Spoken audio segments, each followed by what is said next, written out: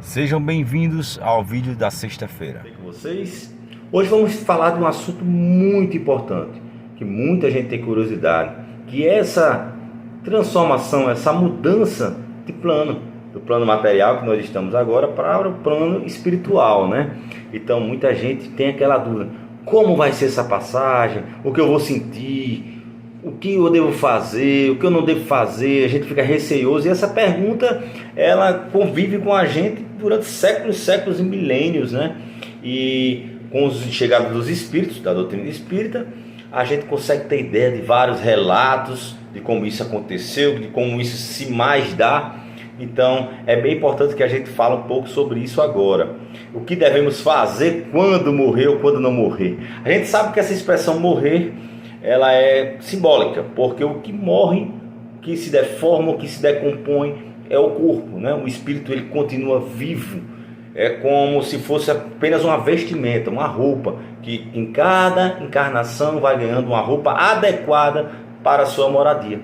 Já que no Espiritismo a gente compreende que tem várias existências, pluralidade de existências, ou seja, nós tivemos várias existências antes de vir para cá, e teremos várias outras até que o nosso espírito se depure, né, ao ponto de não mais reencarnar e vá viver naquela felicidade eterna tão falada, que é no mundo espiritual, né, no mundo celeste. Mas daqui que chegue lá, a estrada é longa. A gente precisa realmente mudar muita coisa e viver os princípios cristãos na íntegra e na sua perfeição máxima possível, certo? Então, quando estivermos nesse ponto, trabalharemos mais ainda em planos maiores e trabalhos mais exigentes, porque nós já teremos mérito suficiente para ser exigidos bastante. Então aquela história de descansar também não existe para o Espiritismo. Isso é o que os Espíritos nos contam, e espíritos superiores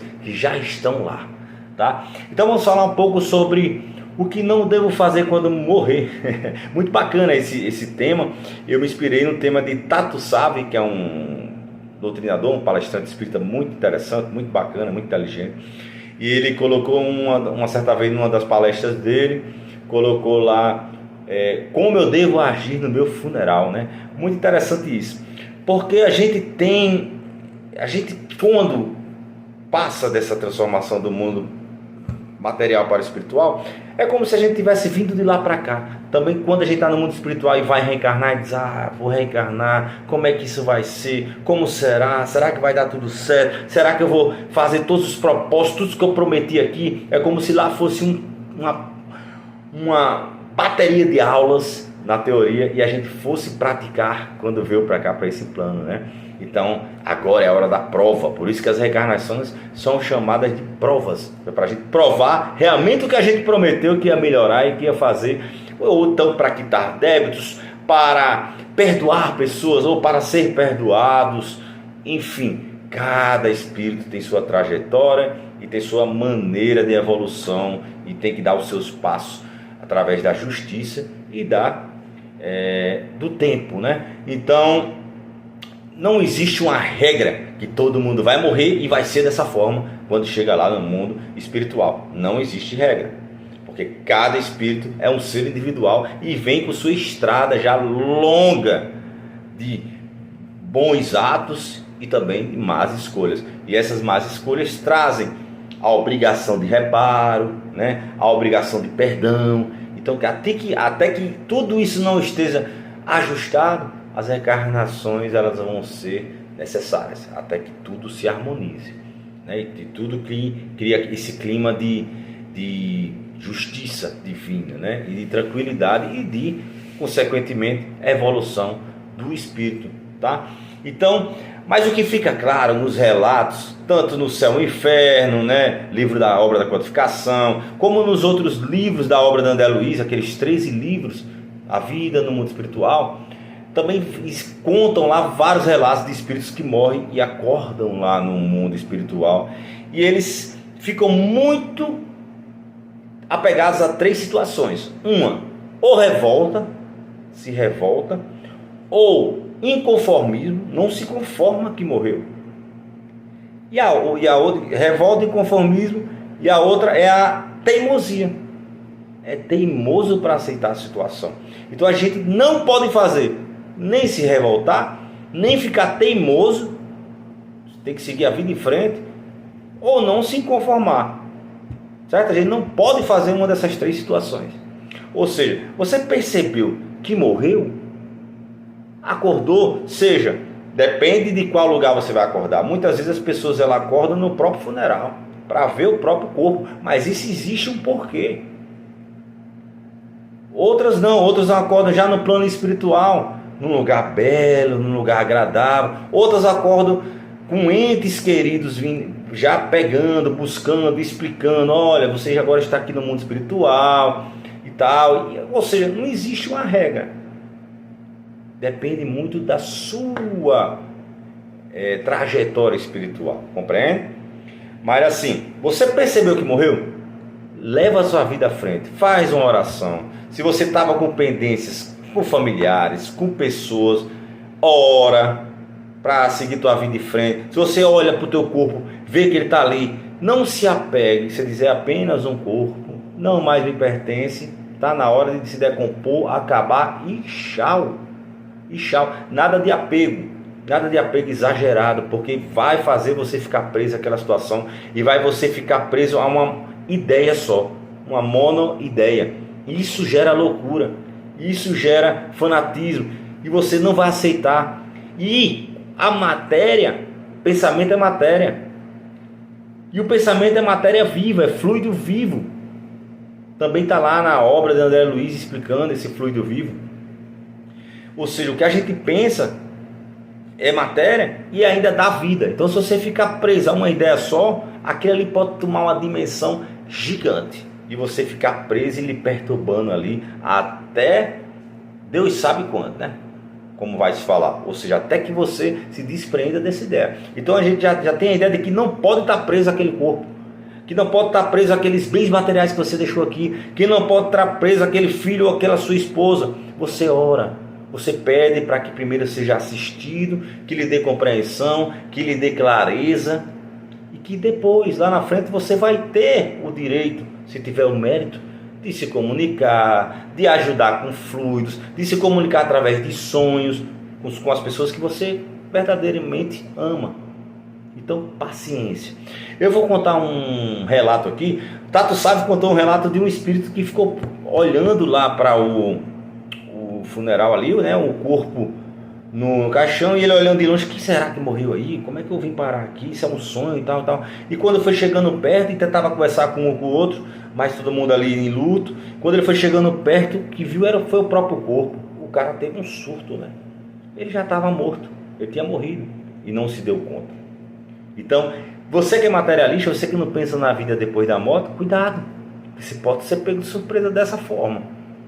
Então lembra dessa palestra, lembra do Espiritismo, do que ele vem dizendo. A vida continua, nós somos imortais. Esquece completamente teu corpo, esquece tudo que passou quando você esteve aqui. Você tem que lembrar das suas virtudes, dos seus sentimentos de amor, de gratidão para com os que conviveram aqui. E ora e pegue e pede procedimento, pede prosseguimento, né? Tá bom? Então eu vou ler para vocês uma parte aqui muito bacana do capítulo 29 do Nosso Lar, que Narcisa, a benfeitora lá, ela estava atendendo os enfermos ali, espirituais, né, no mundo espiritual, e ela se deparou com um rapaz que se chama Francisco, um rapaz jovem que tinha desencarnado, né? E vamos ver o que é que trata dessa situação desse rapaz Francisco do Nosso Lar, no capítulo 29. Ele gritava para ela lá: irmã Narcisa, lá vem ele, o monstro, sinto os vermes novamente, ele, livre-me dele, irmã, não quero. E ela tentava acalmá-lo e dizia: faça de conta que sua mente é uma esponja embebida em vinagre, é necessário expelir a substância azeda, ajudá-lo-ei a fazê-lo, mas o trabalho mais intenso cabe a você mesmo.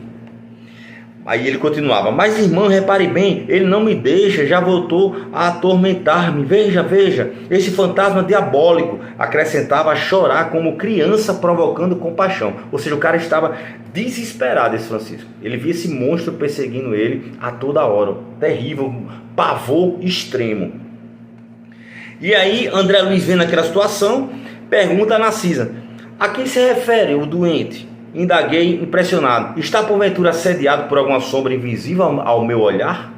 E ela responde: trata-se do seu próprio cadáver. Olha só, então aquele monstro que ele estava horrorizado ali era o próprio cadáver dele. Ele era, por quê? Vamos entender o porquê isso estava acontecendo, né? Ele estava tendo esses delírios, essa visão, vendo o próprio cadáver dele perseguindo ele, ele horrorizado. O pobrezinho era excessivamente apegado ao corpo físico e veio para a esfera espiritual após um desastre, oriundo de pura imprudência. Esteve durante muitos dias ao lado dos despojos, olha lá, do corpo em decomposição, em pleno sepulcro, sem se conformar com a situação diversa. Inconformado, lembra? Daqueles 3 situações, ó, o cara inconformado. Queria firmemente levantar o corpo, isto, tal o império da ilusão em que vivera, e nesse triste esforço gastou muito tempo. Olha só a situação, o cara queria, o espírito estava tentando levantar o próprio corpo ali, vai, vive, levanta, levanta, e aí ele passou tanto tempo naquilo, o corpo entrou em decomposição, e ele viu aqueles despojos, né? Aquela coisa triste, os vermes, e aquilo ali começou a dar a ideia de que entrou em pavor, né? Saiu de uma ideia extrema para outra. Agora ele entrou em pavor pelo corpo. E ele ficou naquela monoideia, naquela fixação de terror de corpo agora. Então aquela ideia, aquele pensamento dele, que é fluido vivo, transformou, alimentou aquela ideia daquele corpo em decomposição, indo atrás dele, perseguindo ele. Ele tornou aquilo uma ideia fixa. Olha só a situação do espírito. Por fim, os vermes fizeram experimentar tamanhos padecimentos que o pobre se afastou do túmulo tomado de horror. Depois que ele passou tanto tempo tentando levantar ali, até o corpo entrar em decomposição, e ele entrou no estado de horror. Então ela para finalizar, ela explica a situação. A visão de Francisco, esclareceu a velhinha atenciosa, é o pesadelo de muitos espíritos depois da morte carnal. Apegam-se demasiadamente ao corpo, não enxergam outra coisa, nem vivem senão dele para ele, voltando-lhe verdadeiro culto. E vindo o sopro renovador, olha o que é que ela chama que é a morte, o sopro renovador, não o abandonam, não quer abandonar o corpo, repelem qualquer ideia de espiritualidade, ou seja, que a vida continua após a morte, e lutam desesperadamente para conservá-lo. Surgem, no entanto, os vermes vorazes e os expulsam. Ela começa a ver o corpo em decomposição. A essa altura horrorizam-se do corpo e adotam nova atitude extremista. A visão do cadáver, porém, como forte criação mental deles mesmos, atormenta-os no imo da alma. Sobrevêm perturbações e crises mais ou menos longas, dependendo de cada um, até a conformidade, até a aceitação, né? E muitos sofrem até a eliminação integral do seu fantasma.